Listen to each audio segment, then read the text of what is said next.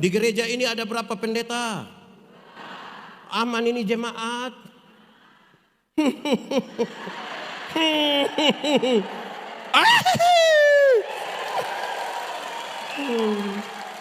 Ini yang mau bikin kacau jemaat itu yang suka pilih-pilih.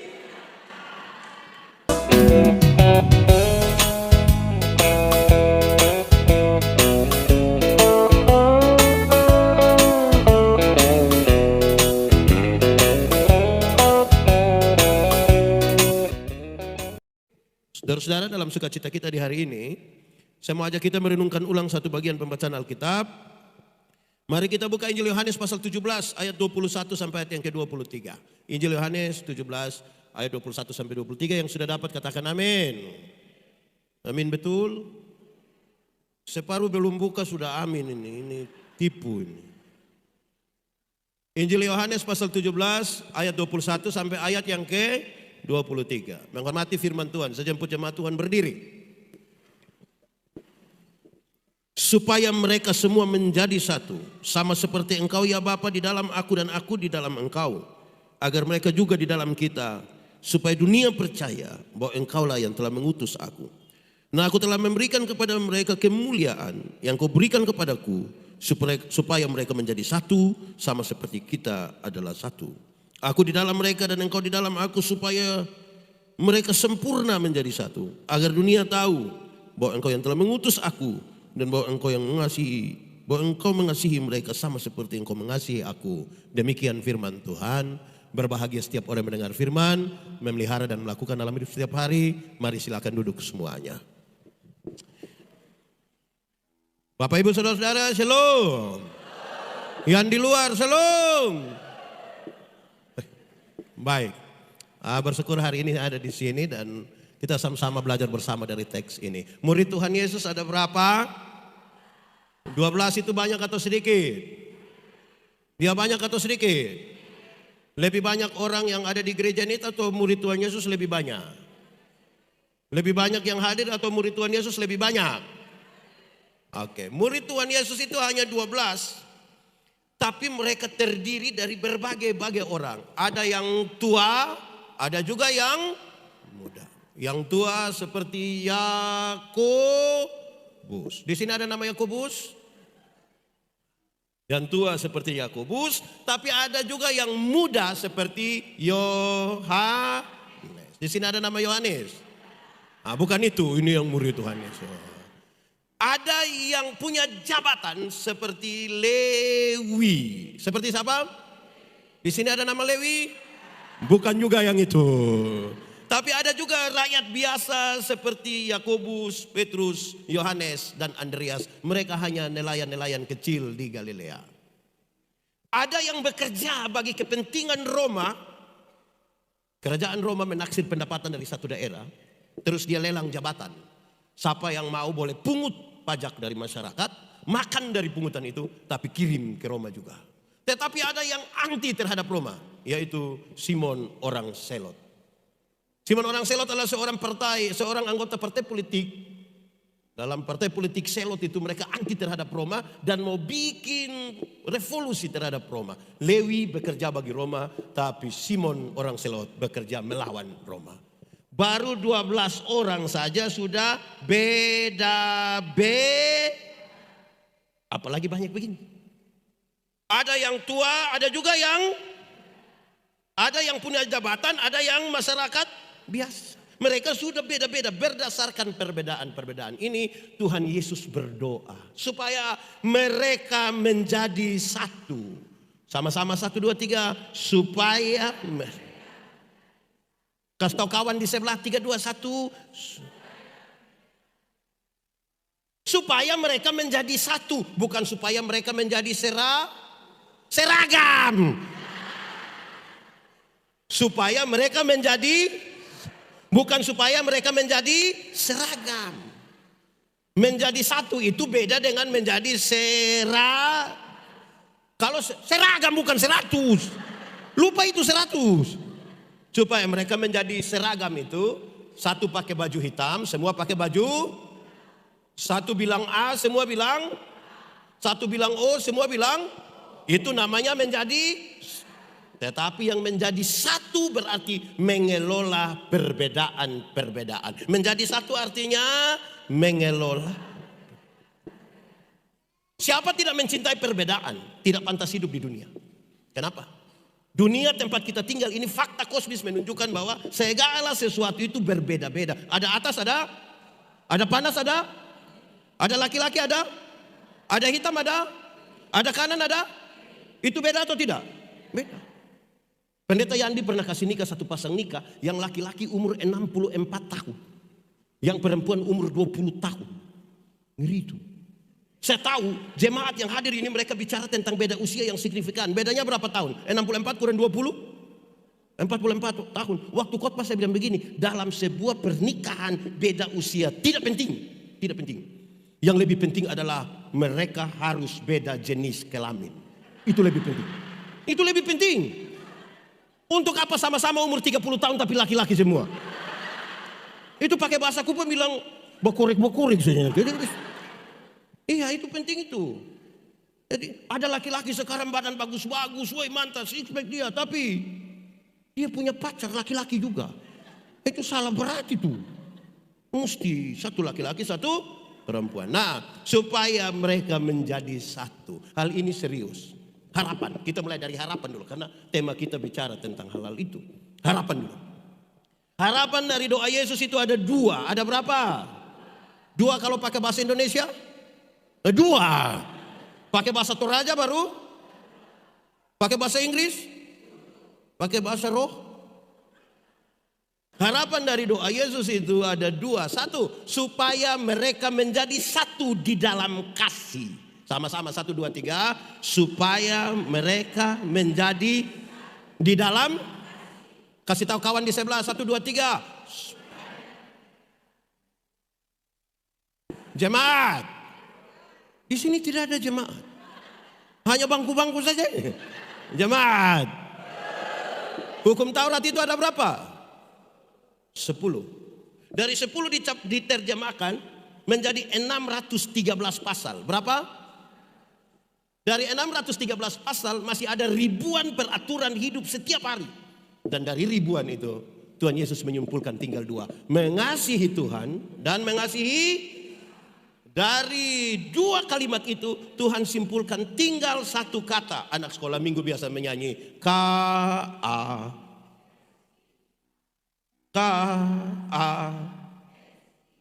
Apa? Kasih. Ulang. Kasih. Lanjut. Kasih itu.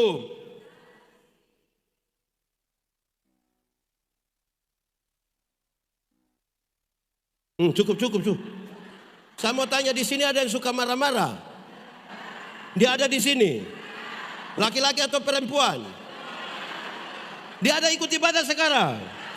Dia pakai baju warna? Itu serius, saudara-saudara. Kenapa? Lagu yang dinyanyikan oleh anak sekolah minggu itu didasarkan dari Pertama Korintus pasal 13. Pertama Korintus pasal itu dimulai dari Paulus dapat laporan dari keluarga Chloe bahwa Bapak, ini jemaat sudah mau pecah. Jemaat sudah mau. Paulus tanya, orang mau pecah karena apa? Bapak, ada dua hal yang buat jemaat mau pecah. Berapa hal? Berapa? Satu, karena jemaat suka pilih-pilih pelayan. Sama-sama jemaat. Yang lain bilang begini, pelayan yang baik itu harus seperti Paulus. Paulus satu kali berkhotbah itu 2.000, 3.000 orang bertobat. Itu dulu baru pelayan. Yang lain bilang tidak. Pelayan yang baik itu harus seperti Apolos. Dia seorang pengkhotbah yang luar biasa. Khotbah 5-6 jam orang tidak mengantuk. Itu dulu baru pengkhotbah, itu pelayan. Paulus dan Apolos tidak tahu apa-apa. Tapi jemaat mengelompokkan diri seolah-olah ada golongan Paulus, seolah-olah ada golongan jemaat. Di gereja ini ada berapa pendeta? Aman ini jemaat.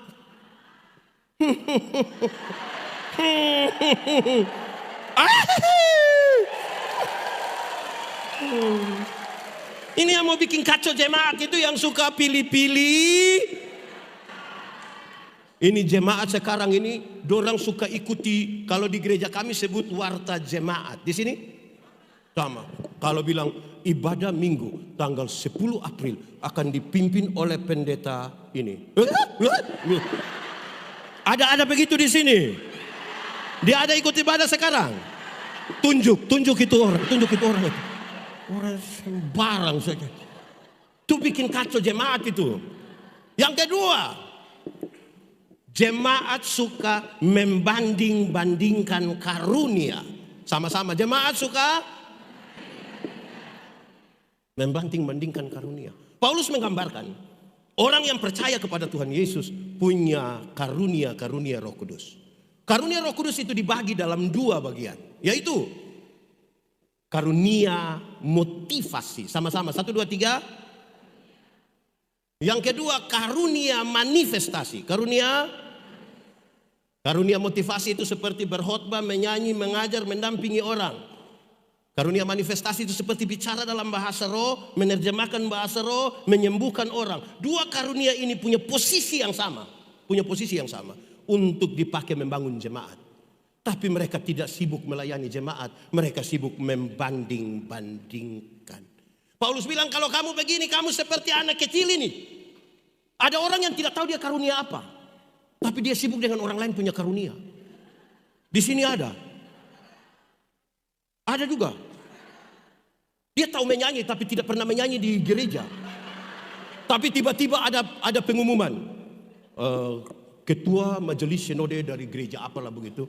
Dengan pemerintah kabupaten ini akan beribadah bersama-sama di sini. Itu solo dia, duet dia, vokal grup dia, paduan suara. Ini karunia makam puji ini. Itu tidak baik bagi jemaat. Di sini ada yang suka makam puji. Ada di sini sekarang. Dia duduk di mana? Di mana dia itu? Paulus bilang kamu seperti anak-anak ini. Di pasal 12 setelah dia bicara tentang karunia, di akhir dari pasal 12 dia bilang begini. Aku akan memberitahukan kepadamu karunia yang paling utama. Di pasal 13 Paulus kasih tahu. Karunia yang paling utama adalah kasih. Sebelum menjelaskan tentang kasih itu, Paulus jelaskan. Sekalipun engkau tahu semua bahasa manusia, bahkan bahasa malaikat engkau tahu, tapi kalau kasih tidak ada padamu, engkau hanya seperti gong. Tahu gong? Dia lanjut. Sekalipun engkau pintar, bahkan engkau punya iman yang sempurna, tapi kalau kasih tidak ada padamu, engkau tidak ada guna, engkau tidak berguna. Dia lanjut lagi. Sekalipun engkau terlalu baik, memberikan semua yang ada padamu, bahkan tubuhmu engkau berikan untuk dibakar sekalipun. Ada yang mau kasih tubuh dibakar? Tapi dia lanjut, kalau kasih tidak ada padamu, engkau tidak ada faedah sama sekali. Jemaat, sudah meninggal. Jemaat. Lantas ayat 4 dia lanjut, kasih, saya tidak usah omong semua, ada 15. Saya omong satu saja, kasih itu sabar. Sama-sama 1, 2, 3. Kasih tahu kawan di sebelah, 3, 2, 1. Jemaat. Orang di Pok sini sabar-sabar semua.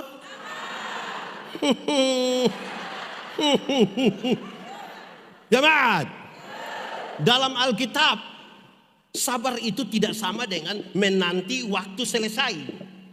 Sabar tidak sama dengan kapan. Dalam Alkitab sabar berkaitan dengan 2 hal. Kalau saudara punya kasih, hal ini harus ada. Yaitu 1. Sabar terhadap situasi. Sama-sama 1, 2, 3. Kasih tahu kawan di sebelah, 3, 2, 1. Ada situasi tertentu di rumah, situasi tertentu di gereja yang kita tidak suka. Tapi firman Tuhan bilang sabar. Ada sakit, penderitaan, sudah kanker sekian lama, berdoa kita bukan mau tambah sembuh, tambah menurun kondisi fisik. Sampai-sampai seperti mau mati rasanya. Firman Tuhan tetap bilang, ada masalah yang kita mau segera selesai, padahal tidak habis-habis juga. Tetap firman Tuhan bilang, ada pendeta satu khotbah terlalu lama, kita sudah pembalas dengan. Tapi firman Tuhan bilang, sabar. sa,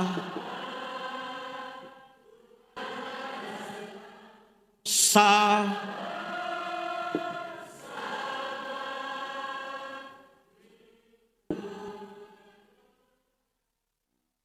tapi yang kedua, sabar terhadap orang. Sama-sama, 1, 2, 3.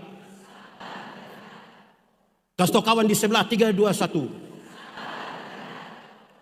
Jemaat, ada orang-orang tertentu di sekitar kehidupan ini sangat menjengkel. Tapi firman Tuhan bilang, ada tetangga-tetangga dekat rumah itu sangat tapi firman Tuhan bilang, ada pendeta-pendeta itu sangat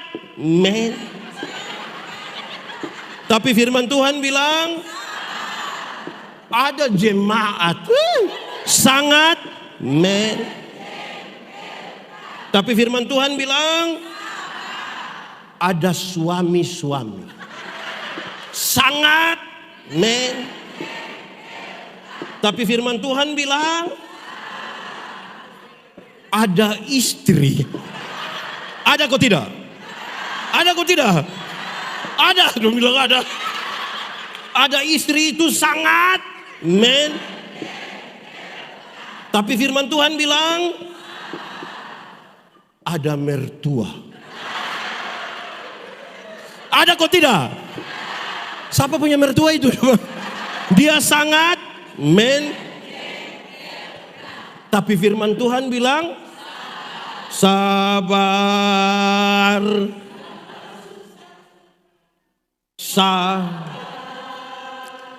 Tuhan sabar.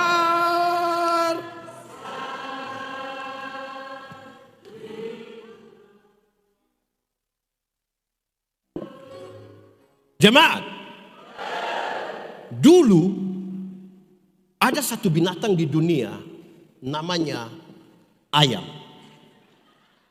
Ya, dulu ada. Sekarang juga ada toh. Tapi ayam dulu itu hanya dibedakan atas ayam jantan dan ayam. Tapi tiba-tiba muncul ayam potong. Akhirnya ayam yang hanya ayam itu menjadi ayam kampung. Karena sudah ada ayam. Akhirnya buat kita manusia yang bingung, apakah ini ayam kampung yang dipotong atau ayam potong yang di kampung. Tapi membedakannya gampang. Ada yang pelihara ayam kampung di rumah? 2 ekor ada? 5 ekor ada? Lebih dari 5 ada? 1 dulu. Jemaat, ayam kampung itu kita pelihara lama, 6 bulan, dia masih kecil. Tapi daging enak atau tidak? Kalau dijual lebih mahal atau lebih murah dari ayam potong? Kalau dia betina bertelur atau tidak?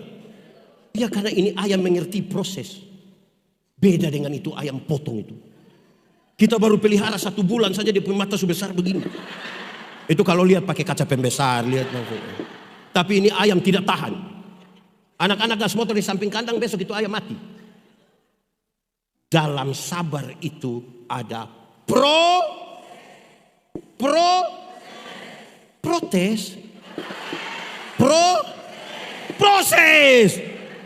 Banyak orang tidak mau berproses. Jemaat, tanpa kasih yang begini, kita sulit ada di tengah-tengah jemaat. Kenapa? Di jemaat itu ada orang tukang tersing. Dan itu sangat dan hanya kasih yang bisa membuat kita terhadap manusia yang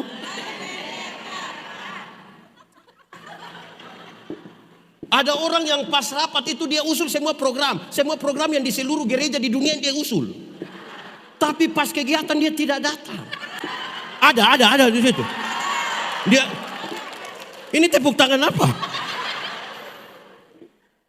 Ada yang dia usul semua program. Tapi jangan coba-coba minta sumbangan. Ada di gini. Ada yang waktu kerja dia tidak ada. Pas makan. Ada juga di sini. Dia ada di sini. Dia duduk di bagian mana itu? menjengkelkan kok tidak? Kalau kasih yang begini tidak ada, woi tidak bisa. Ada orang dalam jemaat itu yang dia omong semua mesti dengar, tapi orang omong dia tidak mau dengar. Ada juga. Dia ada di sini. Faham apa? Dia faham apa? Saudara bisa bayangkan kalau kita hidup bersama-sama dengan manusia begini tanpa kasih bisa bertahan. Bisa bertahan. Jadi tadi saudara punya tema bilang setia dalam kasih. Saudara paham apa tentang kasih yang bisa membuat kita bersabar? Kasih tidak pura-pura. Kasih tidak pura-pura. Di sini ada yang pura-pura. Contoh, saya mau tanya, jemaat. Di gereja ini habis ibadah minggu ada jabat tangan. Saya paling tidak suka dengan dua cara jabat tangan. Itu tidak tulus itu. Satu, dia datang itu dia hanya sorong ujung saja. Najis kah? Kalau tidak mau tidak usah. Orang jabat tangan itu utuh, begini. Bukan datang hanya. Kedua, bagus dia sudah begini, tapi mata tidak lihat kita. Iya. Jabat tangan itu begini. Lihat. Tulus. Kadang-kadang kita, jemaat. Ingat bahwa tanpa kasih tidak semua senyum tulus. Tidak semua senyum tulus. Kita datang kita bilang shalom, dorang bilang shalom. Kita lewat baru yang lain bilang, hanya kasih. Pendeta Yandi khotbah di banyak bank di Indonesia. Saya bilang begini, ini ibu-ibu yang kerja di bank ini cantik-cantik semua. Mau lihat jauh lihat dekat tetap cantik. Dorang pakai pakaian bagus-bagus lagi. Kerja di ruangan tertata rapi lagi, ber-AC lagi. Kita pergi di bank macam tidak mau pulang. Macam mau lihat terus dalam muka begini. Baru kita naik tangga terakhir dengan santun sekali dorang bilang begini, selamat siang, ada yang bisa kami bantu? Terus saya tanya dorang, ibu-ibu, siapa di antara ibu-ibu yang bangun pagi lihat suami pas bangun terus dia bilang, selamat pagi, ada yang bisa kami bantu? Jadi tanpa kasih semua hanya ajarilah bahas agar kami lebih kuat. Ajarilah bahasa kasih agar kami dekat. Yang di luar shalom semuanya. Mantap. Kita lanjut baik jemaat. Yang bisa mengkonfirmasi kasih, hafal dulu seperti yang saya bilang. Ikut yang pendeta bilang. Kasih ialah kebaikan. Yang lain tidak ada suara. Ulang. Kasih ialah kebaikan. Tidak terpatahkan oleh apapun. Tidak akan berubah menjadi kebencian. Saya ulangi. Kasih ialah kebaikan. Tidak terpatahkan oleh apapun. Tidak akan berubah menjadi kebencian. Dengar, rujukannya bilang begini. Karena begitu besar kasih Allah akan.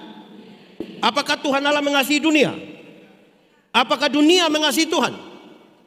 Lalu apakah karena dunia tidak mengasihi Tuhan, Tuhan berhenti mengasihi dunia? Apakah kemudian Tuhan membenci dunia? Saudara lihat sekarang. Kasih tidak terpatahkan. Sama-sama, 1, 2, 3. Kasih tahu kawan di sebelah 1, 2, 3. Yang bisa mengkonfirmasi kasih yang tidak terpatahkan adalah ibu-ibu. Siapa? Ibu-ibu. Melahirkan itu sakit atau tidak? Terlalu sakit. Mau melahirkan normal atau abnormal tetap sakit. Sesar itu abnormal ibu. Jamaat. Waktu ibu-ibu sakit melahirkan, bahkan suami saja tidak menolong. Suami juga tidak menolong. Ibu sakit melahirkan di ruang bersalin itu, yang suami hanya di luar, dia taruh tangan di kepala baru dia bilang, Yesus, paling hanya begitu. Sudah bilang Yesus lagi dia bayangkan, ini anak muka mau ikut siapa ini? Paling-paling hanya. Anak-anak, di sini nenek-nenek semua. Anak-anak, Waktu kamu baru lahir anak-anak, kamu baru lahir, kamu tidak tahu apa-apa. Kamu hanya tahu Kamu punya jam tidur, orang tua punya jam bangun. Orang tua punya jam tidur, anak-anak punya jam bangun. Banyak orang tua tidak tidur karena anak-anaknya. Betul? Jam 3 subuh masih ada orang tua gendong dia anak begini. Betul? Dalam keadaan tidak tidur dan sempoyongan itu, seringkali ibu-ibu dipaksa menjadi penyanyi.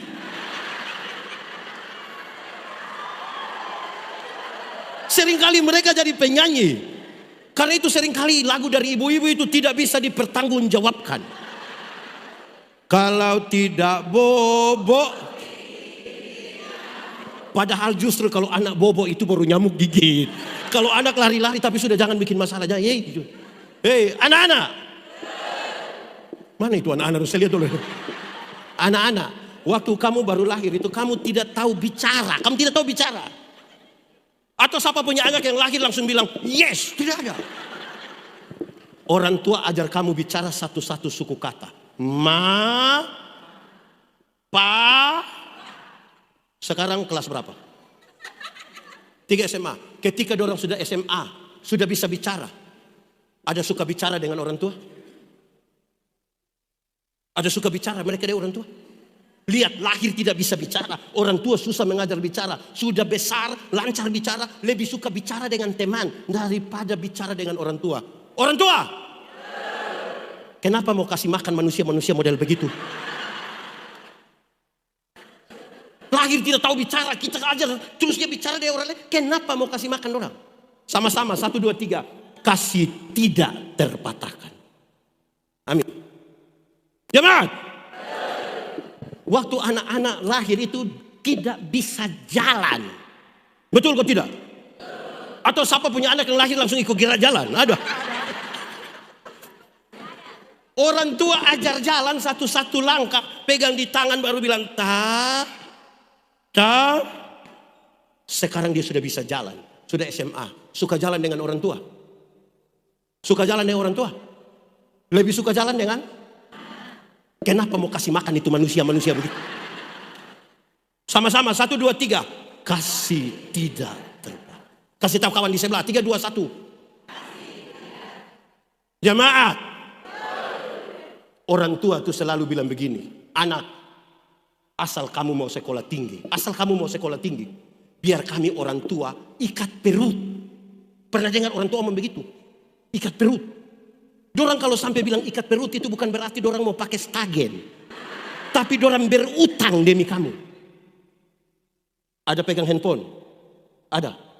Utang. Iya. Kamu datang sini bawa motor. Utang. Orang tua selalu begitu. Banyak kali. Hei jemaat. Orang tua melahirkan kita banyak-banyak. Tapi tidak pernah titip anak-anak di mana pun, tidak pernah. Tapi anak-anak yang sudah sukses, sekalipun banyak, dorang bisa titip, dorang punya orang tua di panti jompo. Yang sudah titip atau rencana titip, batal. Karena apa yang kamu kehendaki orang perbuat kepadamu, perbuatlah juga kepada. Saya mau tanya, berapa bersaudara? Berapa saudara? Hei, 4. Berapa saudara? 3. Berapa? Berapa? Berapa? Berapa? Oke. Saya mau kasih tahu. Orang tua bisa lahirkan 2, 3, 4. Dia bisa urus sampai besar. Tapi 4 orang yang sudah sukses belum tentu bisa urus mama yang hanya 1 orang. Belum tentu. Kalau tidak ada kasih. Kita menyanyi lagu, ini lagu dunia, tapi biar kita menyanyi di ibadah, izin pendeta. Kasih ibu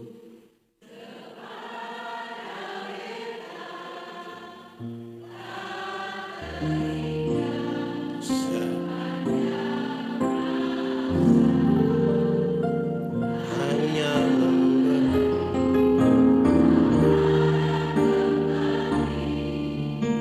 bagai sang surya.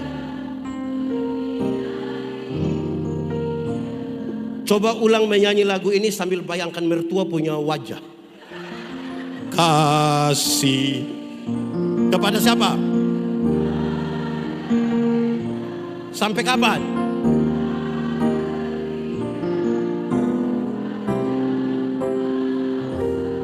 Hanya apa? Harap kembali atau tidak?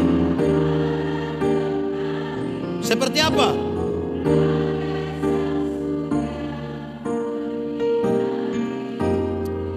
Saya rindu kita ulang menyanyi lagu ini. Terus yang ada anak duduk dekat orang tua atau tahu orang tuanya ada, bangun dari tempat, peluk itu orang tua. Peluk itu orang tua, bicara satu kata buat dia. Kasih.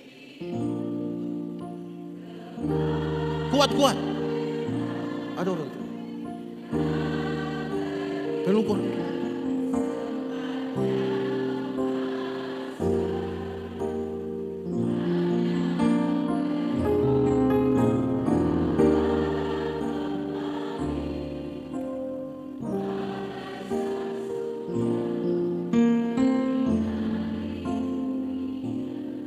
Begini baru sedih-sedih. Online berjam-jam, tapi tidak pernah telepon orang tua di Toraja. Orang tua dia tidak pernah telepon. Sudah mati baru dia telepon ulang-ulang. Jangan kubur dulu sebelum saya sampai. Tidak pernah bicara dengan orang tua. Pas orang tua sakit tiba-tiba dia sampai. Sertifikat.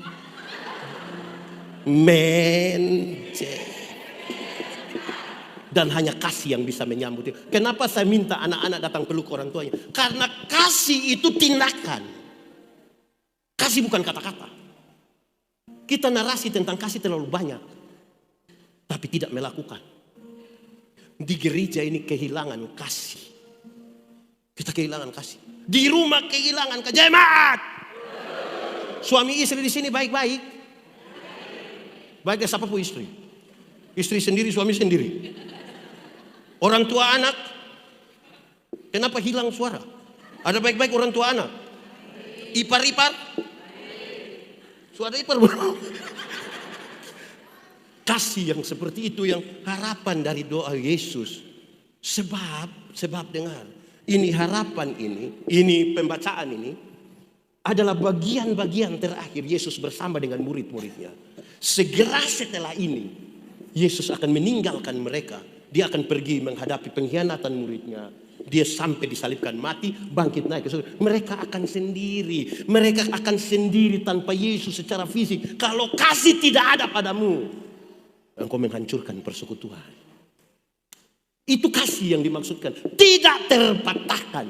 Supaya jangan ada orang bilang begini, Pak, saya terlalu hargai Pak. Tapi setelah saya lihat Pak punya sifat asli begini, maaf. Itu bukan kasih. Ego. Jemaat. Di Pox ini lebih banyak kasih atau egois?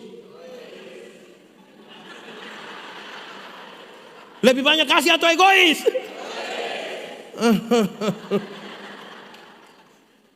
Saudara-saudara, kasih begitu mesti ada di tengah-tengah jemaat. Kedua, harapan dari doa Yesus adalah supaya masing-masing pribadi menyatu dengan Tuhan, baru datang dalam persekutuan. Supaya Simon Petrus menyatu dulu dengan Tuhan, baru datang menyatu dalam persekutuan. Yakobus menyatu dulu dengan Tuhan, baru datang menyatu dalam persekutuan. Yohanes menyatu dulu dengan Tuhan, baru datang menyatu dalam. Barnabas yang di kantor itu, engkau menyatu dulu dengan Tuhan, baru datang menyatu dalam. Kepala kantor nama siapa itu? Kepala kantor itu Yohanes juga. Ibu nama Yohanes bagaimana? Yandi, engkau menyatu dengan Tuhan, baru datang menyatu dalam persekutuan. Tidak boleh ada satu orang pun dalam gereja yang secara personal tidak menyatu dengan Tuhan, tapi mau datang menyatu dalam persekutuan. Tidak boleh. Menghancurkan persekutuan. Jemaat, ini gereja-gereja di Indonesia ada mengalami kemajuan. Salah satunya adalah sudah ada vokal grup kaum bapak. P di sini ada. Tepuk tangan. Bagus. Tapi. Dia punya tapi ada 2. Ada berapa? 1. Ini kaum bapak ini latihan sampai jam 3 subuh. Sampai istri telepon hampir-hampir mau meledak itu telepon itu. Tapi kedua. Mau menyanyi, titip pesanlah ini PKP melalui majelis. Tolong kasih tahu pendeta. PKP menyanyi setelah khotbah. Kenapa setelah khotbah? Belum lengkap. Bagaimana mau lengkap pulang jam 3? Yang menarik adalah setelah menyanyi. Setelah menyanyi, ada PKP yang langsung keluar dengan jalan yang terkesan sopan sekali. Bukan pulang, tidak pulang. Tapi dia cari pohon. Itu pohon mungkin akan disebut pohon kaum bapak.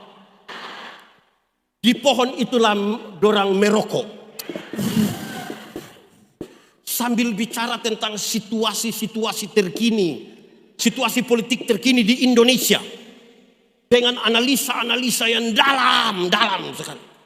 Di pohon kaum bapak. Di sini ada pohon kaum bapak. Atau langsung di tempat rumah itu di situ. Tapi mereka pasang telinga. Pendeta yang pimpin bilang, sampailah kita di akhir dari ibadah minggu ini. Pulanglah saudara-saudara dalam hidup dan tugasmu dengan selamat. Arahkanlah hatimu pada Tuhan. Terimalah berkatnya. Maka dorang yang dari pohon kaum bapak langsung lari cepat-cepat masuk. Ada begitu di sini. Itu orang ada di sini. Tunjuk itu orang. Tidak menyatu dengan Tuhan, tapi dia mau ada. Hei, kaum bapak, berhenti bilang kami biar ibadah kami sedikit orang, tapi kalau bedah rumah siap. Stop, itu salah. Menyatu dengan Tuhan. Menyatu dengan Tuhan. Itu serius itu. Amin toh? Biar kelihatan saya semangat. Terima kasih. Makasih.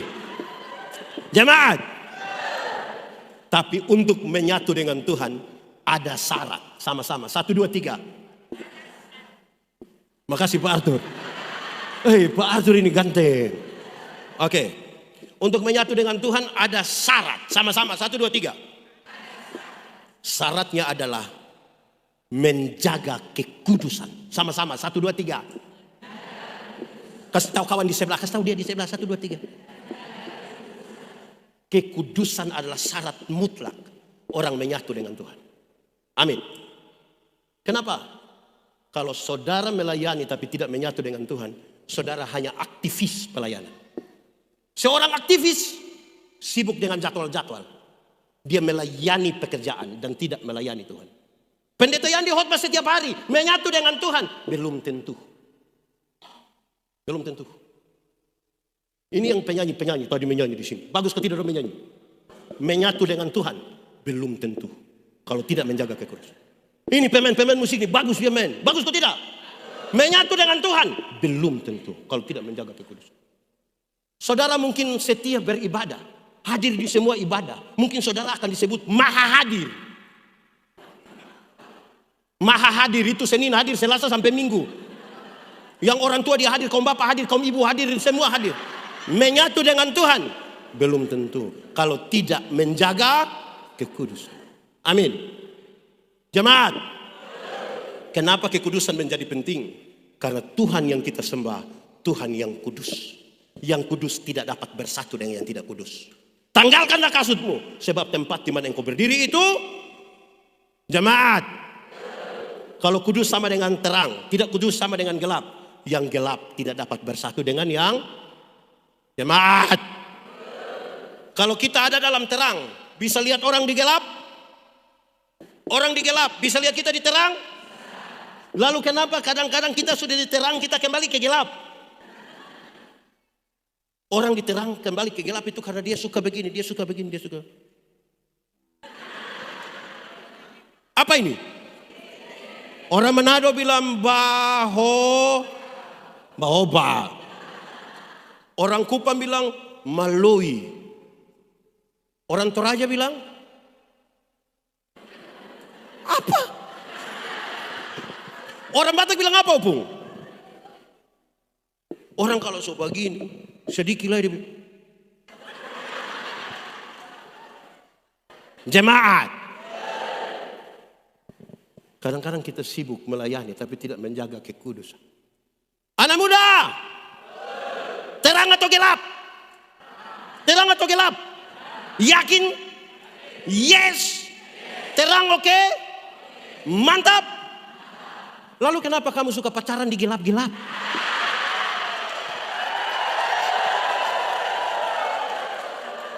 Ada rahasia negara apa yang harus diberitakan dalam gelap?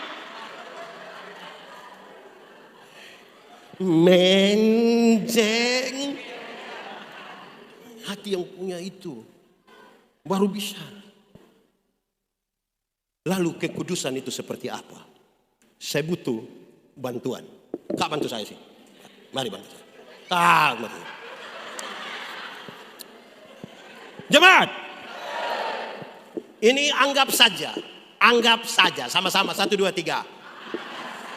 Ini andaikan, anggap saja. Tidak usah baper, tidak usah bawa. Ini andaikan saja. Anggap saja ini tangan Tuhan. Dan ini tangan orang berdosa. Ini anggap saja, anggap saja. Anggap saja tangan Tuhan, ini tangan orang. Sekarang kita mau minta orang berdosa pegang tangan Tuhan. Kuat, tambah kuat, lebih kuat, tambah lagi. Oke, anggaplah ini paling kuat. Sekarang saya tanya, pegang sekuat ini bisa tahan berapa lama? 1 detik bisa? Oh, bisa. 1 menit bisa? Tidak bisa. 1 jam bisa? Tidak bisa. 20 tahun bisa? Tidak bisa. Makin kuat dia pegang, makin cepat dia lepaskan. Yang harus dilakukan oleh mereka, oleh kita, oleh saya dan saudara adalah dia yang menjaga kekudusan. Mesti membiarkan tangan Tuhan yang pegang. Supaya sebagai manusia biasa seringkali kita lemah, tidak berdaya. Seolah-olah jari-jari kita ingin terlepas. Tangan Tuhan tetap memegang kita. Terima kasih, Tuhan memberkati. Tak ku takkan hari esok, namun takut bukan surga.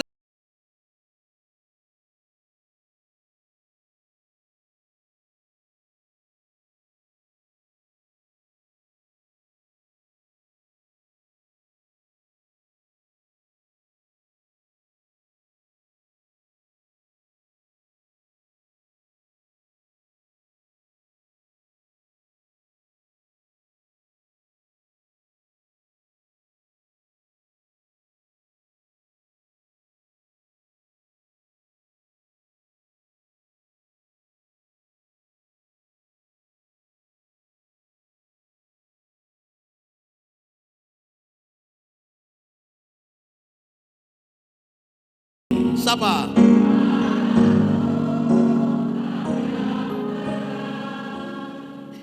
Kalau Tuhan tidak menarik kita kepadanya, kita tidak bisa bertahan.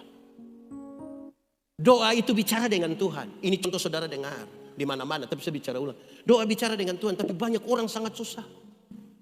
Kita acara, terus pendeta bilang, baiklah kita masuk dalam doa syafaat bersama-sama dengan keluarga yang mengucap syukur. Pas kita mau berdoa ini, ibu-ibu langsung baku aja ke dapur. Di belakang itu ketua dapur bilang, siap. Kuah tadi suka kasih panas.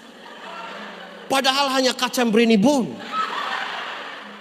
Di sini siapa yang ketua? Ketua dapur itu siapa? Yang mana? Mana itu ibu? Stop ibu, stop. Duduk di sini. Duduk sesaat di sini kenapa? Dia pemalas doa. Ini pendeta pimpin besok ini. Pendeta bilang, saudara-saudara mari kita satu hati bersama-sama di dalam doa syafaat. Pas mau berdoa itu separuh, pas yang lain tutup mata, yang lain. Ada. Majelis atau jemaat? Sembarang saja. Juga duduk diam-diam begini kenapa? Ini kita mau doa baru dia sibuk. Padahal tidak bisa. Amin ya. Baik. Jemaat. Yang pendeta yang diomong banyak-banyak dari tadi, itu baru pengantar. Ini kita baru mau masuk di khotbah ini. Saya kan belum bahas teks. Belum bahas teks ini. Ada pendeta baru pendeta yang di khotbah tidak bahas teks. Itu bagaimana? Ini baru mau khotbah ini. Ini baru. Sabar. Oke, sudah. Dalam kekudusan itu, Tuhan menyelidiki hati. Tuhan lihat hati. Manusia melihat yang tampak, tapi Tuhan menyelidiki hati. Anak sekolah minggu itu mengajar kita hal yang gampang. Hati-hati gunakan hati. Tangan saja dulu, karena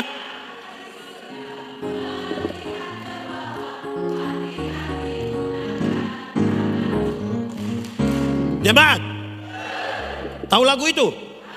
Kalau tahu pulang sampai rumah menyanyi, sebut dari ujung kaki sampai ujung kepala. Karena Tuhan tidak, manusia tidak lihat, tapi mata Tuhan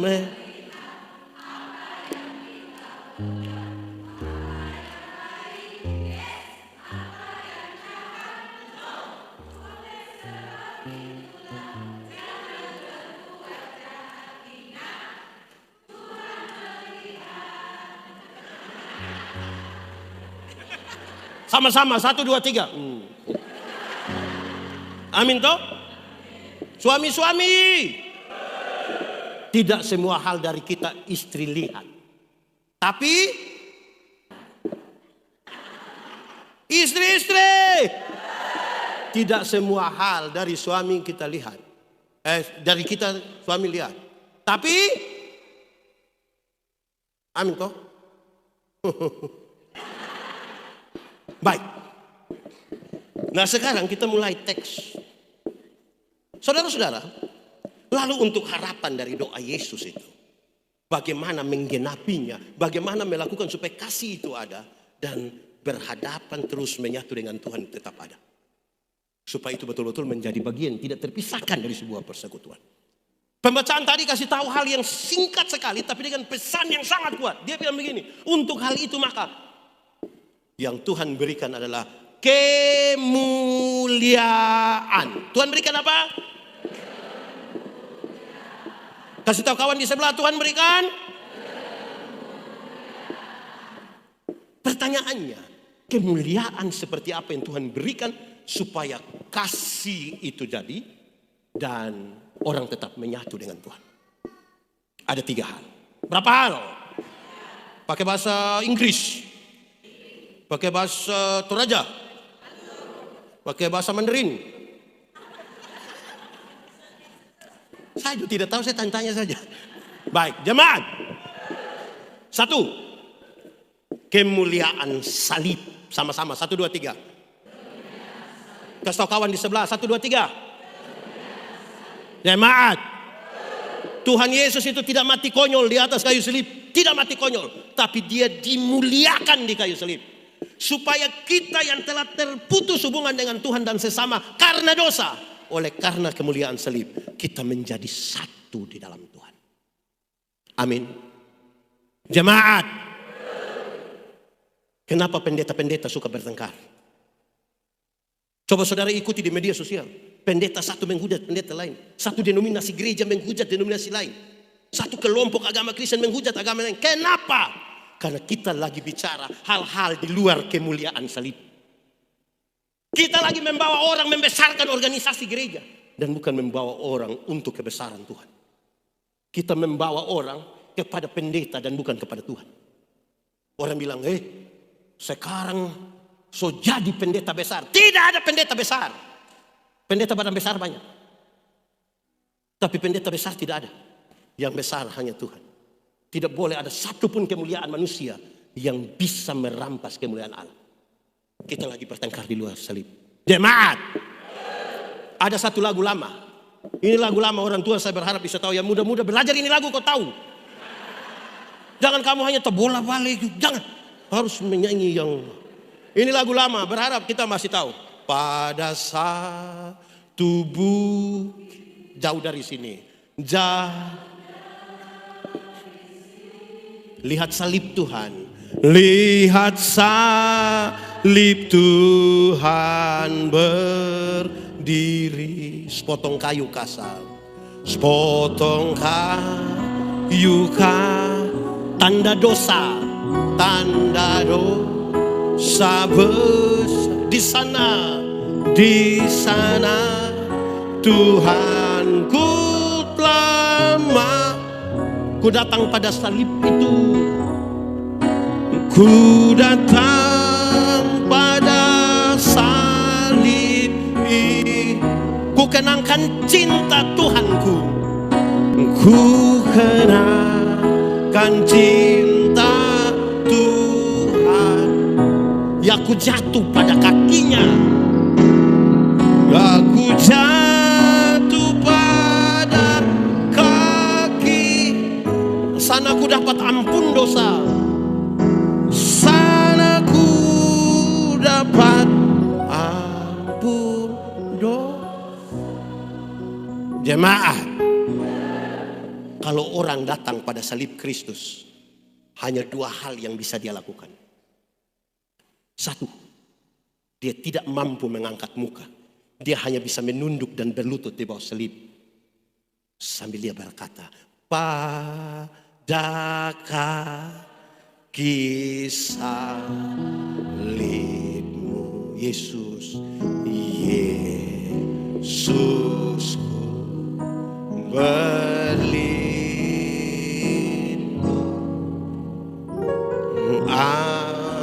Air hayatku,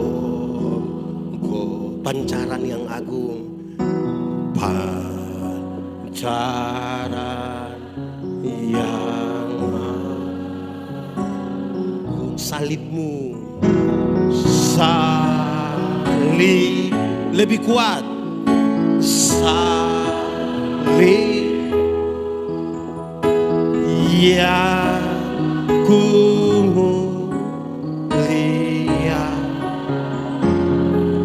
hingga dalam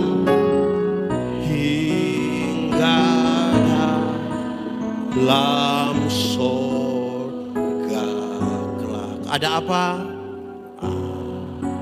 Ada berhenti. Itu kalau dia tidak bisa angkat kepala, dia hanya mengaku dosa di bawah. Tapi kalau dia berani menengadah ke atas, dengan tangan yang terangkat dia hanya bisa katakan, aku berserah.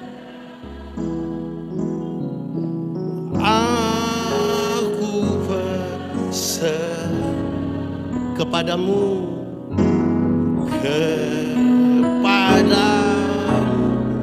juru selamat.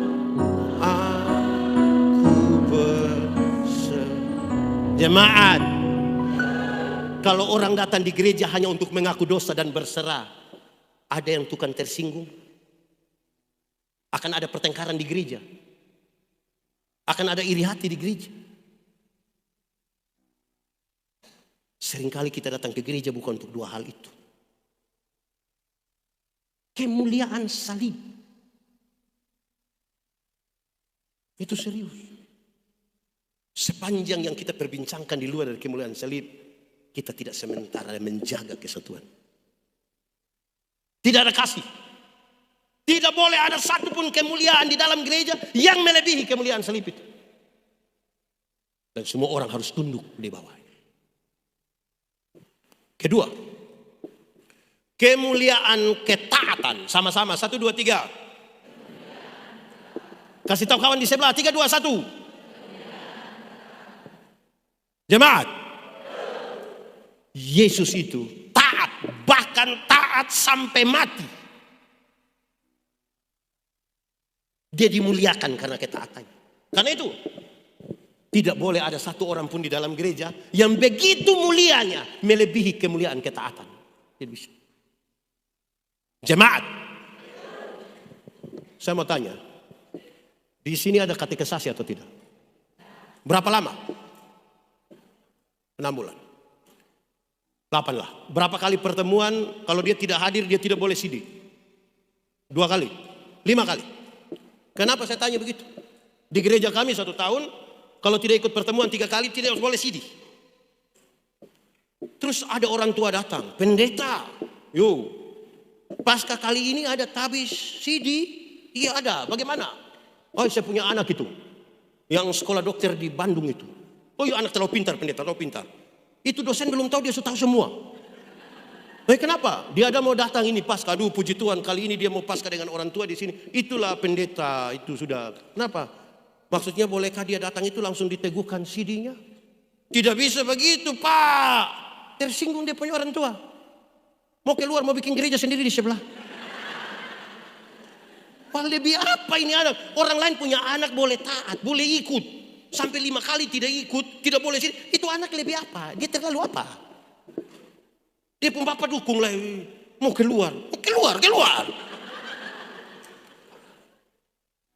Urus orang banyak ini harus ada hukum yang mengatur. Terlalu apa? Dia pun bapak gaya-gaya. Waktu itu ini gereja ini dia punya omak yang kasih tanah. Ambil kembali itu tanah. Urus semua orang kita semua tunduk. Di gereja itu bukan kewajiban tapi tanggung jawab. Gaya. Jemaat. Tanggung jawab itu kelasnya di atas dari kewajiban.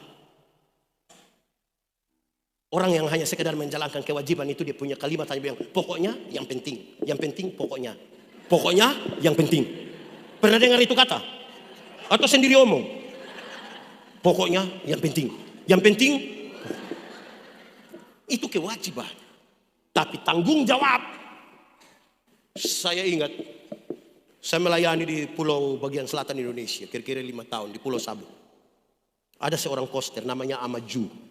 Dia punya 1 istri dan 5 orang anak. Dia dapat istri anaknya, saya tanya dia, Ama, iris tua itu saguer itu. Yang itu apa tua apa ya? Enau. Itu susah atau tidak? Dia bilang susah pendeta. Coba kau jelaskan dia punya susah. Pendeta kita naik itu pohon enau itu jam 2 subuh. Turun jam 7 pagi. Karena pohon banyak kita tidak bisa naik dari ini pohon. Turun kembali pindah ke pohon berikut. Tidak bisa. Itu buang waktu buang tenaga. Jadi kami sambung dia punya daun Bapak. Kami langsung langkah ke sebelah. Resiko jatuh Pak Pendeta. Pisaunya terlalu tajam dan seringkali melukai kami. Belum lagi kalau ada tokek di atas. Terus saya bilang dia. Kau kan tahu iris itu barang susah begitu. Kenapa Anda mau iris? Dia lihat kepada istri dan anak-anaknya. Dia bilang begini. Dia hanya begitu. Terus dia bilang begini. Nanti dorang makan apa? Itu pernyataan membuat saya mengerti bahwa dia keluar jam 2 subuh. Naik pohon itu. Turun jam 7 pagi. Melakukannya dengan resiko mati karena terjatuh. Dia melakukan itu bukan sekadar kewajiban. Tapi apa? Tanggung jawab. Satu hari saudara diminta pakai baju warna hitam. Padahal saudara tidak suka pakai baju hitam. Waktu saudara pakai baju hitam. Bukan karena selera. Tapi apa? Tanggung jawab. Bukan bilang, tidak bisa Pak, saya harus pakai biru. Harus. Pardon. Di Pog ini gereja jam berapa? Jam berapa? Oke, taruhlah jam 9. Kan rapat. Ada yang usul jam 7, ada yang bilang jam 8, ada yang bilang jam 9, ada yang bilang jam 12.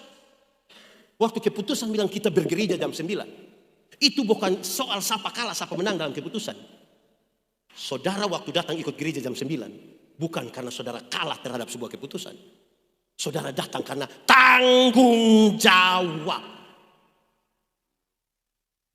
Atau siapa di antara kita yang dia usul jam 8, orang tidak terima, orang terima jam 9, lantas dia bilang, silakan Anda gereja jam 9. Saya akan datang sendiri 12:30. Itu orang gila dia. Di gereja bukan soal kalah menang. Tadi kaum bapak sudah, sekarang ibu-ibu.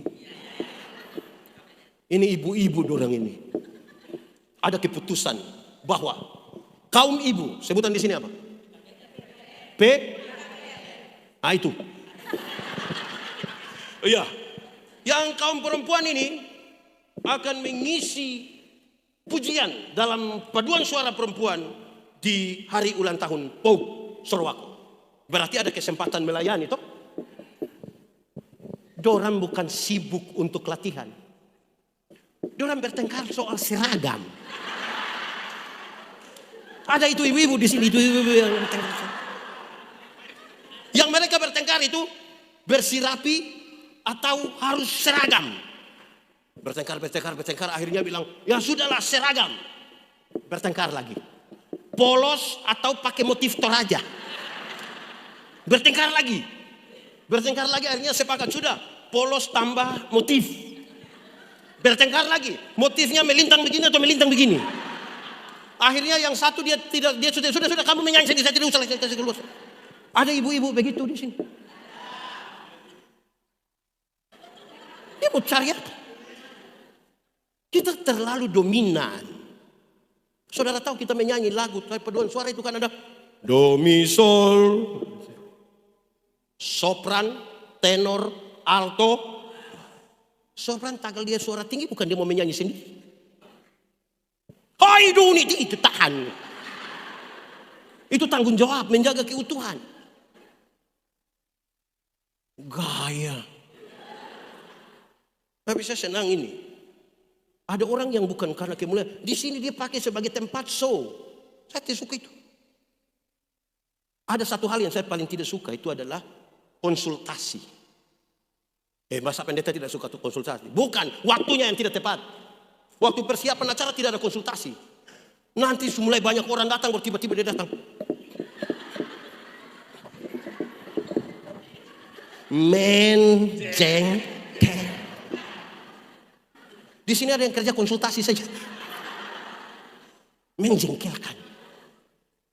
Itu penting itu. Jemaat. Dalam kebenaran ada 3 unsur paling utama. Tapi saya tidak bicara 2. Karena ini saya bicara tentang kemuliaan ketaatan. Satu unsur dari kebenaran adalah legal. Sama-sama 1, 2, 3. Legal. Bukan regal. Legal itu biskuit. Legal itu sah. Legalitas. Sama-sama 1, 2, 3. Legalitas itu ikut aturan ibu. Ikut aturan. Ibu yang biasa masak-masak itu.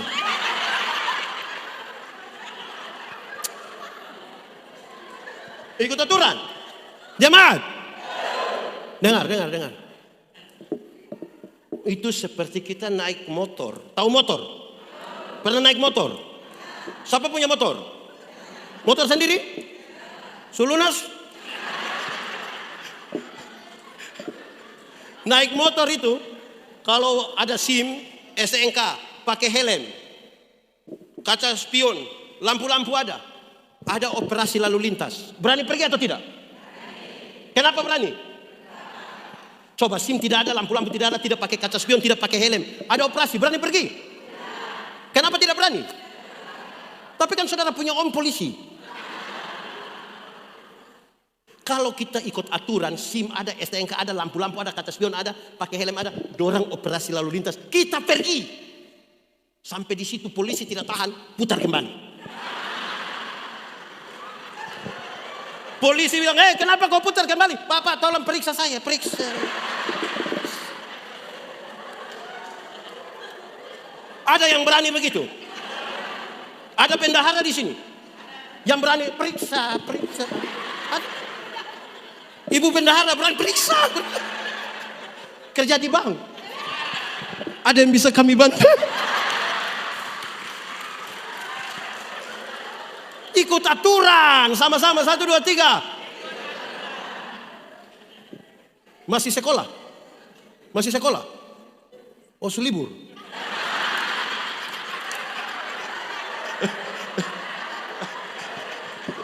Jemaat. Anak-anak masuk sekolah jam berapa? Kalau kerja di kantor atau di perusahaan biasa masuk jam berapa? Jam 7:30. Kalau masuk jam 7:30, kita pergi jam 7. Berarti cara jalan mantap. Shalom semua, apa kabar? Shalom. Cantik-cantik semua, ganteng-ganteng. Shalom. Itu kalau masuk jam 8 kita pergi jam 7. Coba kalau masuk setengah 8 kita pergi setengah 12. Berani bilang shalom, berani.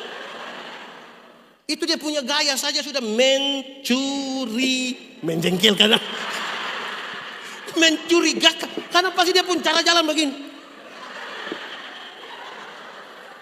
Terus, langsung persiapan tipu. Kenapa kau terlambat? Sebenarnya tidak, tapi itu. Majelis jemaat ini, kalau gereja jam 9, datang setengah 9, aman. Tapi ada majelis itu menghindar suruh baca Alkitab.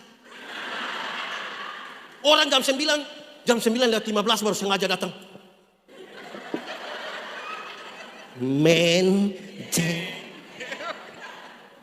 Ada begitu.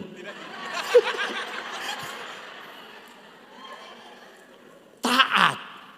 Sama-sama 1, 2, 3. Ada. Ibu-ibu ada paduan suara. Ada yang dia ini pemalas latihan tapi kalau tampil nomor 1 itu ada. Ini tepuk tangan apa ini? Seperti bahagia sekali. Latihan malas, tapi kalau mau tampil besok itu, oh iya nanti kita latihan di mana ya untuk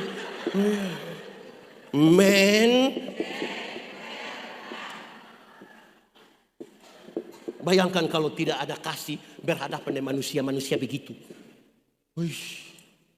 Lama-lama aku bunuh itu. Tuhan ajar kita kasih itu terlalu utama. Jemaat! Kenapa kita mengasihi Tuhan? Karena kita tahu kita berasal dari mana. Kita tinggal dalam dunia, tapi tidak dari dunia. Kita asalnya dari Tuhan. Kenapa saya mengasihi Bapa? Karena pada dirinya ada gambar dan rupa Allah. Saya mengasihi Tuhan karena saya tahu diri berasal dari mana. Saya mengasihi sesama karena saya tahu bahwa pada dirinya ada gambar Allah. Lalu di mana kita punya diri? Jemaat! Kita lebih mengasihi diri atau lebih mengasihi orang lain? Mengasihi diri. Alkitab juga bilang begitu. Kasihilah orang lain seperti yang kau mengasihi. Jadi kalau engkau tidak mengasihi dirimu, engkau tidak mungkin mengasihi orang lain. Sekarang saya mau tanya. Kalau pendeta Yandi benci Pak Arthur, yang rugi pendeta Yandi atau Pak Arthur? Pendeta? Setiap kali lihat Pak Arthur punya keadaan, saya senang atau tidak suka? Setiap kali Pak Arthur bilang shalom pendeta, saya pasti senang atau tidak? Setiap kali orang bicara Pak Arthur punya kebaikan, saya senang atau tidak? Kalau saya mengasihi diri saya harus berhenti membenci Pak Arthur. Karena orang yang mengasihi dirinya, dia tidak mau dia terluka karena orang lain. Jemaat, ada orang yang saudara tidak suka? Ada orang yang saudara tidak suka? Ada di sini sekarang? Coba lihat dia. Kenapa ibu-ibu lihat saya, ibu-ibu dia suka? Kalau mengasihi diri kita, jemaat! Satu hari Tuhan bilang kepada Kain, persembahan Kain tidak diterima, tapi persembahan adiknya siapa? Adiknya Abel. Kain marah. Kain bilang, dia marah-marah begini. Tuhan bilang begini, Kain, mengapa mukamu muram dan hatimu panas? Ingat, dosa di depan pintu dan sangat menggoda engkau. Tapi engkau harus berkuasa atas dosa itu. Kain tidak mampu berkuasa atas dosa itu. Dia bunuh adiknya Abel. Tuhan datang, Tuhan bilang, Kain, di mana adikmu? Tuhan tanya. Bukan karena, Tuhan tahu kok tidak? Sudah tahu kenapa tanya? Kain, di mana adikmu? Tuhan tahu kok tidak? Sudah tahu kenapa tanya? Bertanggung jawab. Kain, di mana adikmu Abel? Untung Kain tidak bilang, kamu nanya. Cari mati. Kain, di mana adikmu Abel? Dia bilang, memangnya aku penjaga adikku? Setelah bicara terus Tuhan memang, Kain lu dengar. Kalau engkau membunuh adikmu Abel, dengar. Tanah yang engkau usahakan ini tidak akan memberi hasil yang baik. Karena hubungan dengan adikmu rusak. Tanah ini tidak akan hasil yang baik. Saya mengambil kesimpulan ternyata muka muram, hati panas, berkat jauh. Sama-sama 1, 2, 3. Pakai gerakan 1, 2, 3. Mukamu. Kasih tahu dia di sebelah pakai gerakan 1, 2, 3. Muka muram. Bikin status. Muka muram. Di sini ada yang hati panas, panas dalam itu dia. Taat. Sama-sama 1, 2, 3.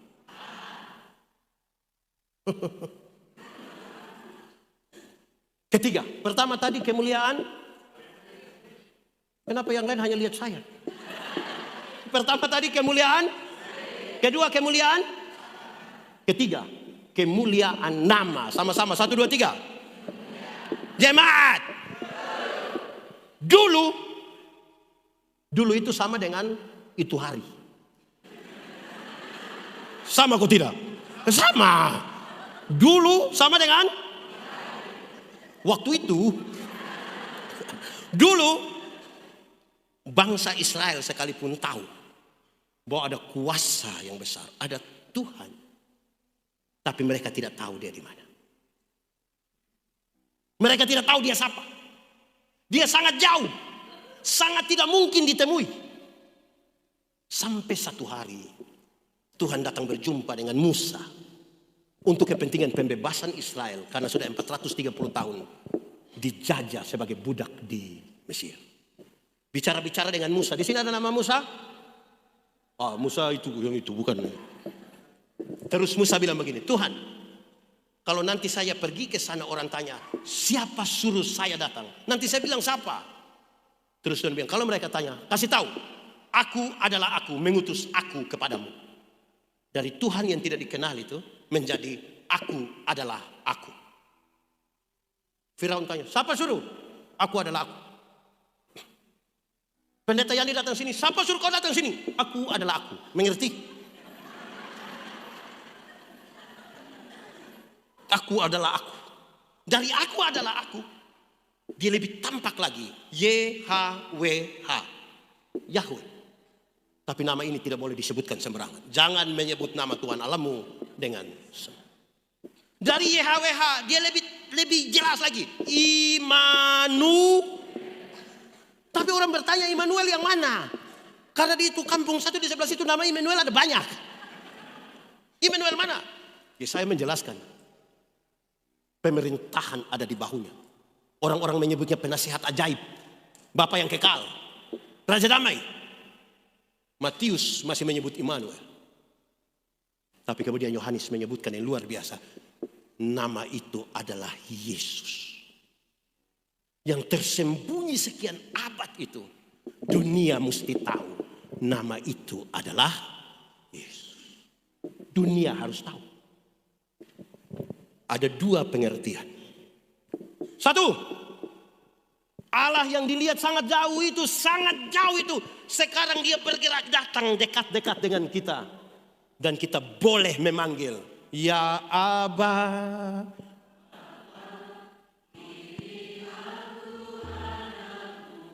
Layakkanlah hidupku, ya Bapa. Pakailah sesuai dengan, supaya di dalam nama itu kamu beribadah tanpa rasa takut. Tapi yang kedua menjelaskan dengan sangat baik. Dia yang sangat susah ditemui itu, dialah yang merendahkan diri datang ke tengah dunia. Dan karena itu dunia harus tahu. Sama-sama 1, 2, 3. Tiap orang harus. Tiap orang tiap siapa yang, sambil tepuk tangan ulang. Tiap orang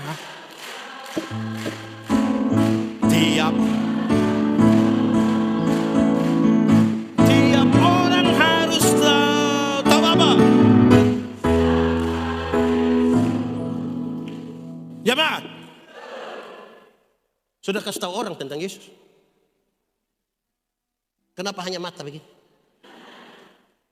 Dunia harus tahu. Sudah kasih tahu.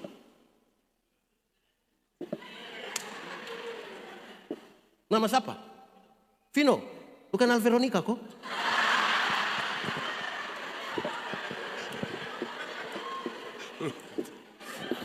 Tiap orang harus tahu. Dunia harus tahu. Kenapa? Orang kalau tanya saya. Orang tanya saya. Pendeta Yandi, yakin masuk surga? Yakin. Kenapa kok yakin masuk surga? Ada orang dalam di surga. Tapi kalau ada orang dalam di surga, iya. Siapa namanya? Namanya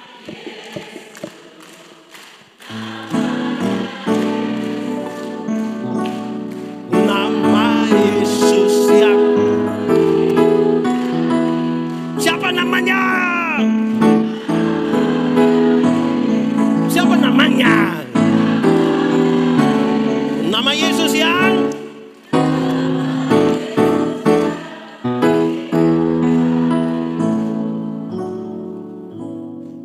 Kita butuh orang dalam di surga. Mau masuk perusahaan nikel saja pakai orang dalam? Masa mau masuk surga andalkan kekuatan sendiri? Siapa namanya? Namanya nama Yesus. Nama Yesus yang lebih kuat. Kuat lagi. Nama Yesus yang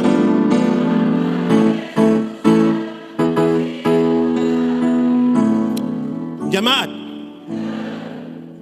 Banyak orang tidak berani bicara tentang Yesus. Takut.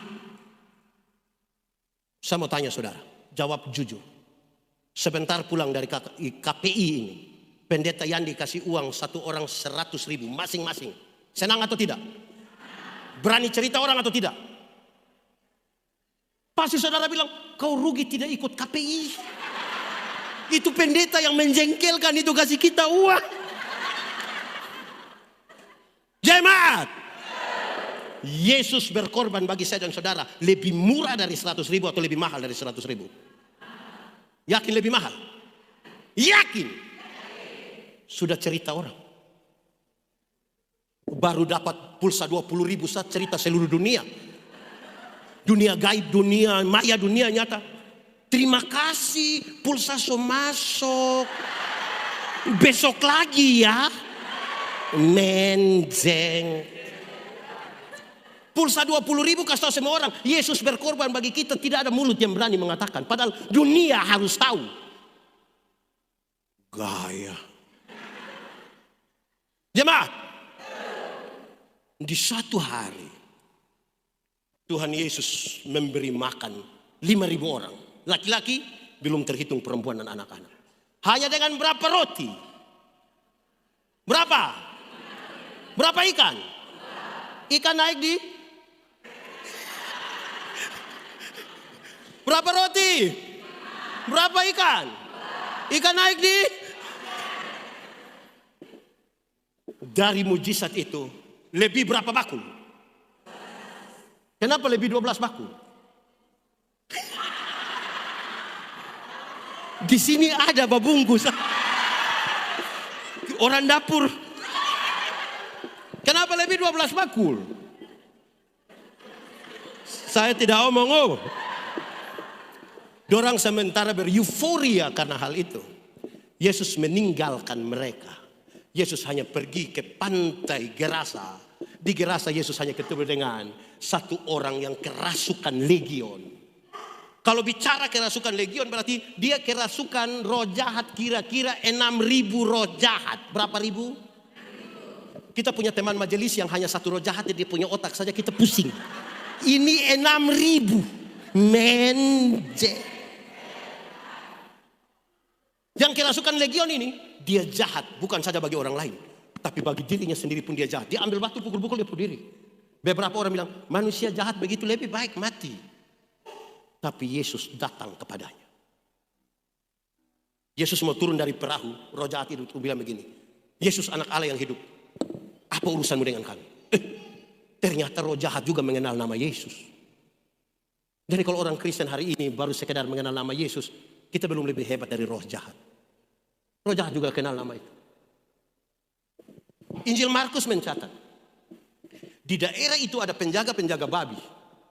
Sementara menjaga babi kira-kira 2.000 ekor. Roh jahat itu meminta supaya masuk ke babi-babi itu. Yesus membiarkan. Roh jahat itu masuk ke babi itu dan babi itu terjun dalam jurang. Matilah 2.000 ekor babi. Tahu babi? Nah itu babi itu. 2.000. Penjaga-penjaga babi ini kehilangan pekerjaan. Orang kasih tahu orang di kampung datang usir Yesus. Pertanyaannya, apa Tuhan Yesus tega buat orang kehilangan pekerjaan? Lalu kenapa Yesus biarkan 2.000 ekor babi mati? Sama-sama kita tahu. Dalam struktur budaya Yahudi, babi itu haram. Orang Yahudi tidak makan daging babi. Tidak ada papillon di Yahudi. Sebentar ada.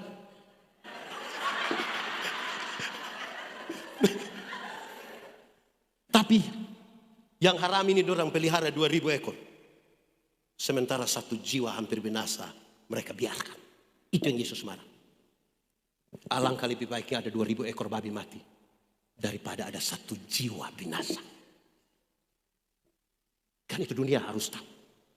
Jemaat, sekarang coba hitung, kalau babi 1 ekor 2 juta. 4 juta. Kalau babi 1 ekor 4 juta. 2.000 ekor. 2.000 kali 4 juta. Memang banyak ibu. Berapa? 8 M. 8 M itu apa? Bukan menobe. Paling tidak untuk 1 orang gila itu harganya 8 miliar. Dalam konteks itu saya bicara. Pernahkah Puk suruh aku siap 8 M untuk pekabaran Injil?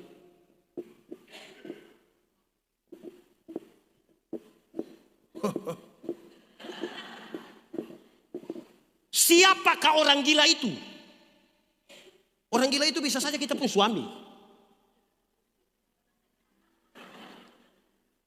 Ibu, kenapa datang sendiri? Mana suami? Ini tanda apa? Kasat mata yang saya lihat ini mama-mama lebih banyak dari bapak-bapak, betul? Ini mama janda semua.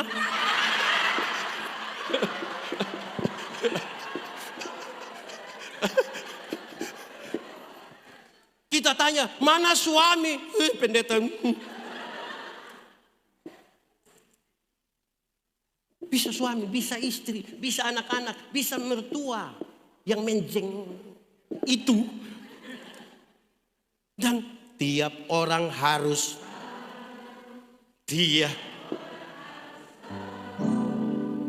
tiap orang harus tahu apa? Orang Timor harus, orang Flores, orang Toraja tahu apa?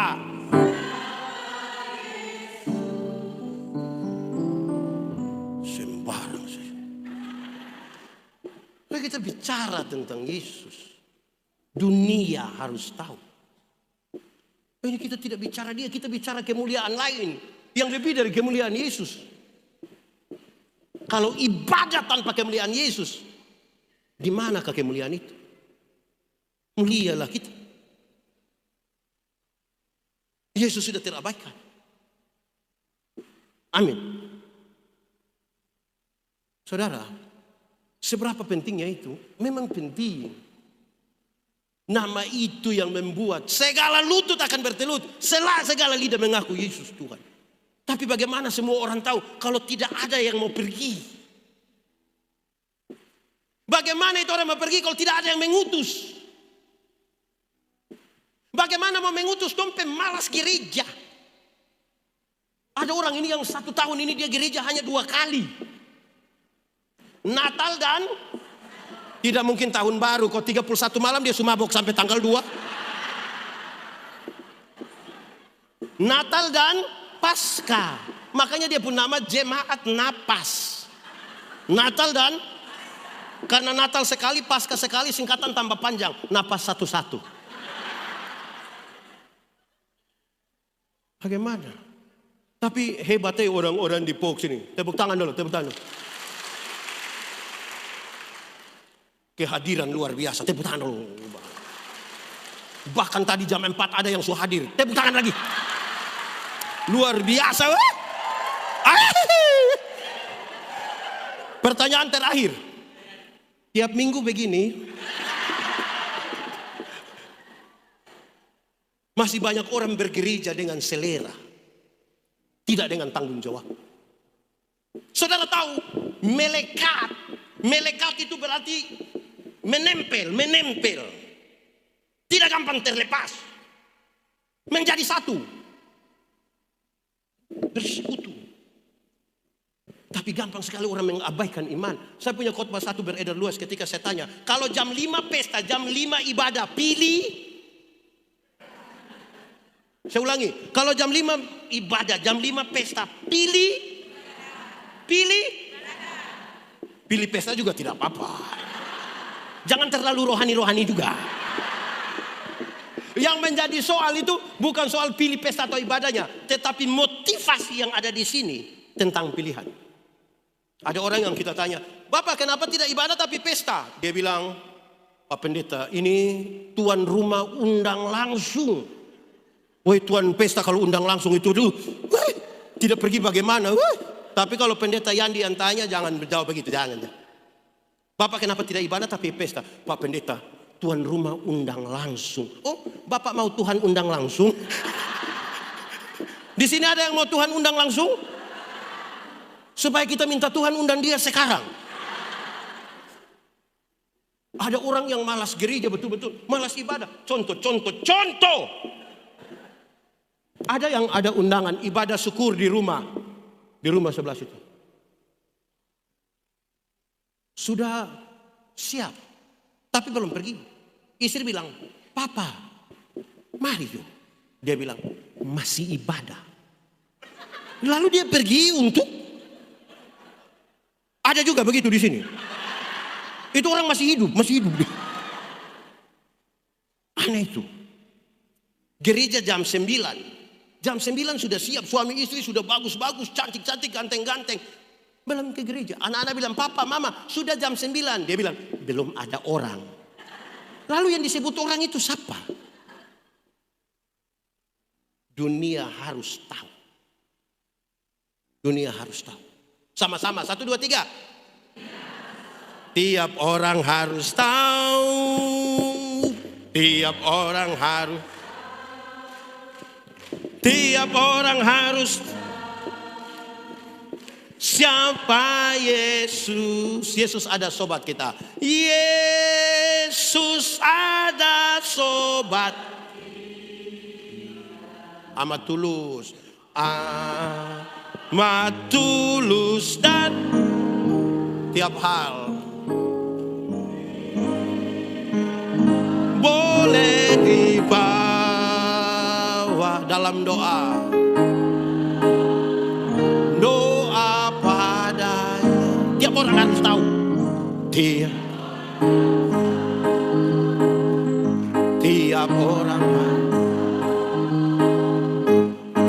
orang harus tahu siapa. Jemaat tahu sekarang bahwa itu hal penting tuh. Saya tidak tahu di Pok, Ibu Pendeta, Pak Pendeta.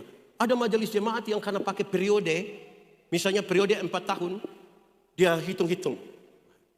Tinggal 1 tahun bebas. Tinggal 1 tahun. Berarti itu pelayanan beban.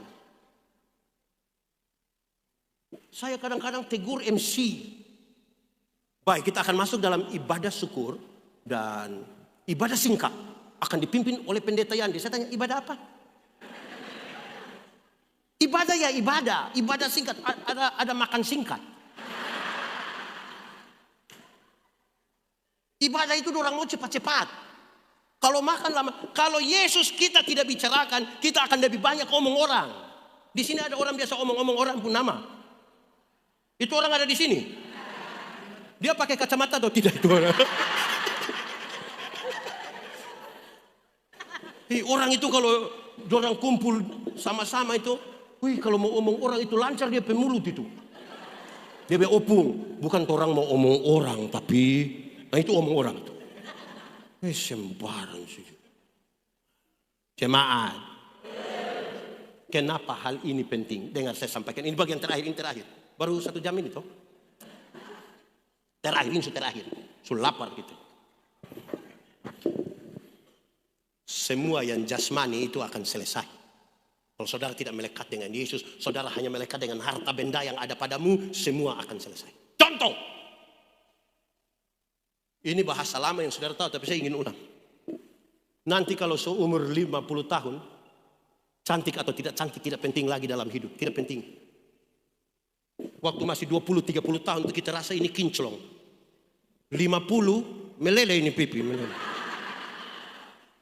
Tidak bisa disembunyikan di balik lipstik dan bedak lagi, tidak bisa. Sapu teman, kami masih SMA, dia tato Guns N' Roses punya lambang yang orang pangku kaki begini itu. Bagus, gagah, kulit bagus, tinta bagus, kontrasnya dapat, bagus. 17 tahun. Dia umur 43 tahun, belum 50, baru 43 tahun. Dia sakit, saya pergi lihat dia itu, saya sedih juga. Itu tato bukan seperti orang pangku kaki, seperti orang menyembah itu. Dia menurun.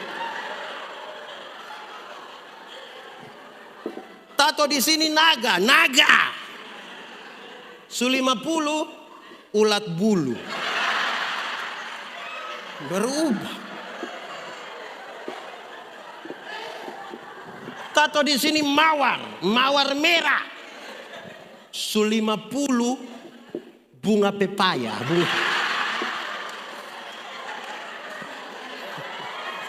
Ibu-ibu. Kalau ada yang datang tanya, ibu, seumur berapa? Terus ibu bilang, 50. Dia sengaja kaget, 50? Dapat lihat baru 40, baru 35. Jangan percaya. Masa 50 sama 35? 15 di mana? Kalau ibu jalan dengan ibu punya anak gadis, ada yang tanya, ini siapa? Yang ini siapa? Ini siapa? Ini saya punya anak gadis yang pertama. Dia sengaja kaget. Anak gadis dapat lihat kakak adik. Jangan percaya. Masa mama dengan anak seperti kakak adik? Jemaat, mama dengan anak kalau seperti kakak adik itu hanya 2 kemungkinan. Kemungkinan pertama, dia punya anak muka terlalu tua, jadi dia punya mama itu dekat. Atau kemungkinan kedua, dia punya mama itu menikah terlalu muda. Mungkin umur 5 tahun sudah nikah. Ini siapa? Anak. Macam kakak ada.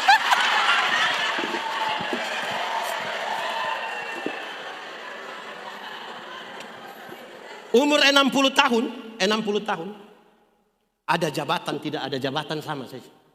Su pensiun. Rata-rata ASN, TNI, Polri, pendeta perusahaan itu kasih pensiun orang di sekitar umur 60. Waktu kita masih aktif, kita datang, orang bisa bilang, siap laksanakan, lanjutkan, hormat. Aktif. Sudah pensiun, anak kecil yang baru kerja 3 bulan dilihat kita pada bilang, tua, asam urat aman kan?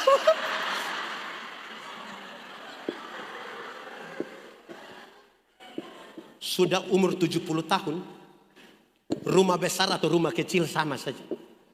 Apalagi rumah tingkat. Su pakai tongkat mau naik lantai 2. Tidak.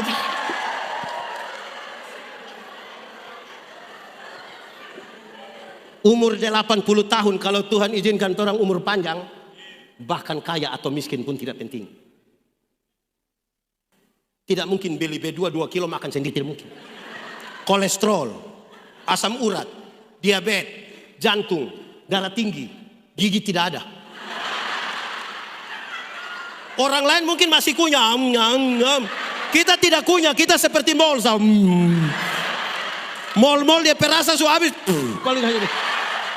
Mau cari apa? Cari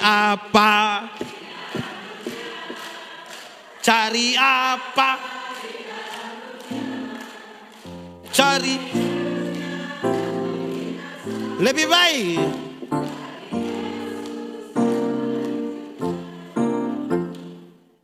Bagaya.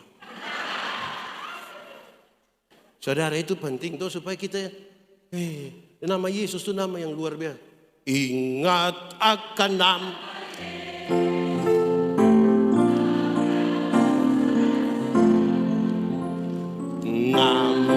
itu kemana saja kau pergi, indahlah nama pengharapan dunia, indahlah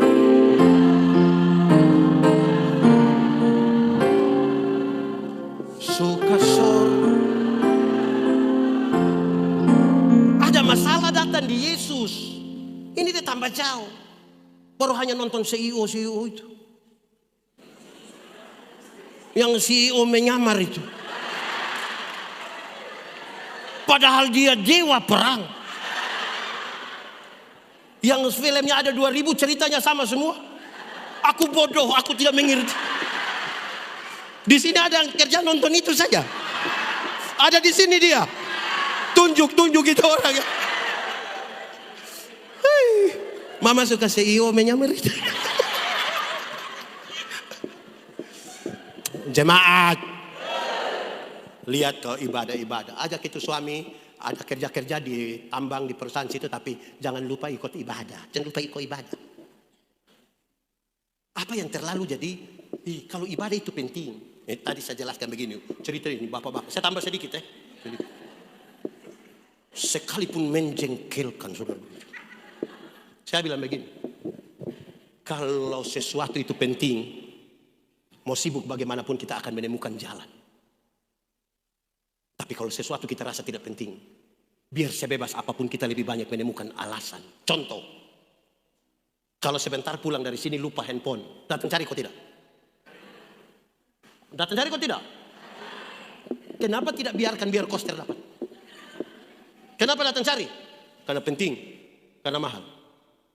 Tapi coba tisu yang kita pakai yang rencana buang di kotak sampah, tapi lupa dia tersimpan sini. Datang ambil? Kenapa tidak datang ambil? Kan tidak penting.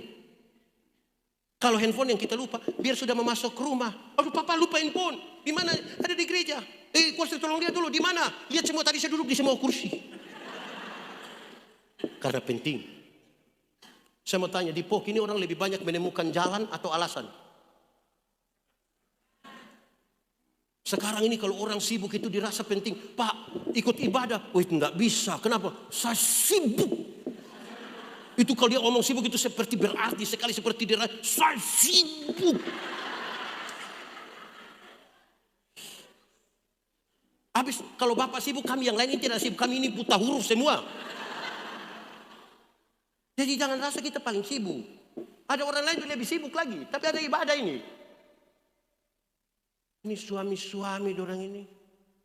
Saya khotbah tentang kelemah lembutan. Saya bilang, banyak suami itu hanya sampai di lemah saja.